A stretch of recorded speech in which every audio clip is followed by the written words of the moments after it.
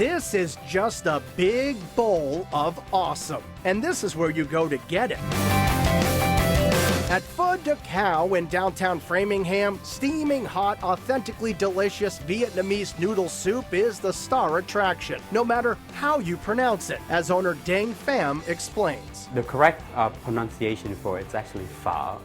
But a lot of people say pho. You're supposed to say pho. That's how it's pronounced in Vietnamese, pho. The soup section only takes up about 10% of the menu here, but it accounts for over 60% of their business. So for every order of fresh summer rolls, soft-shell crab, papaya salad, and sweet and sour chicken, a couple more bowls of pho will come out of the kitchen. You have your woks firing up the hot stuff. You have those huge pots full of that slow simmering broth.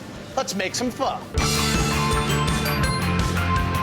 The chef here is the family patriarch Dang Pham, who also owns and operates their original restaurant in Worcester. And he does everything the right way, starting with the made-from-scratch beef broth that simmers for over 12 hours. So first we have the rice noodles. Let's soak the rice noodle in hot water because we want to cook it, make it nice, soft, and tender. Right now he's putting the rare steak on top. It's thin slices of steak, chopped scallion, chopped cilantro, some white onions chopped up. And then right now he's got the cooked broth. It's boiling hot, as you can see right there. It's instantly cooking the rare steak. You can already get the smell just permeate. I mean, this is like the greatest smelling kitchen of all time. I'm getting hungry right now. I know it. And let me just say this right now. This is the biggest ladle I've ever seen in my life. This is a huge ladle. We actually have a bigger size, but okay. You have a bigger ladle than this? Yeah. We call that one teeny. Pho's up! Now, if you've never had this dish in a restaurant before, when they serve it to you with all this stuff, your first response might be like, what the pho? So here's my demonstration of how to properly eat a bowl of pho. First things first, it's all about the broth. That's what you're getting this for. So before you do anything, take your spoon and just taste the broth. It's so good. It is hearty, it is rich, and yet it's still somewhat kind of light, full of beefy flavor, and there's a little subtle sweetness in here as well. Next is all these sides. Now they give you some beautiful, fresh basil leaves. This just gives it a nice hint of fresh herbal flavor. They also give you some sprouts, jalapenos, definitely a must. Final step, the lime. Essential part. Squeeze in just a little bit of fresh lime juice, gives you that fresh citric acid tang at the end.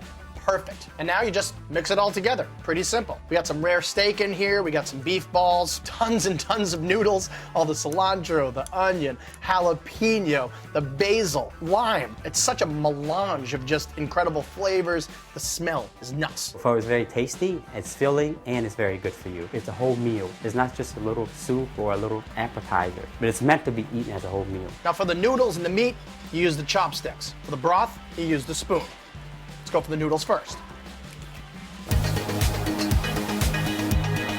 Some people just take the sauces and they're just dumping it all in here. That's not the way to do it. That is not proper pho technique. I like to do a little Vietnamese peanut butter and jelly. You got your sweet hoisin sauce, and my favorite, the hot sriracha sauce. That goes over here on this side. Then you take your chopsticks, get your steak, a little bit of sweet, a little bit of heat, and a whole lot of tasty. That's heaven in a bowl. There's the steak pho, or chicken pho, or seafood pho. And to round out the menu, check out the crispy Vietnamese crepes, Thai-style fried rice with chicken, pineapple, and tomatoes. A beautifully tasty bird's nest noodle dish that's crispy on the outside and soft in the center, and steak lovers should definitely consider ordering the sizzling Mongolian beef. It's sliced beef tenderloin. It's stir-fried with scallion, onions, and garlic with the house sauce. And after a stir-fry, it's put onto a hot plate.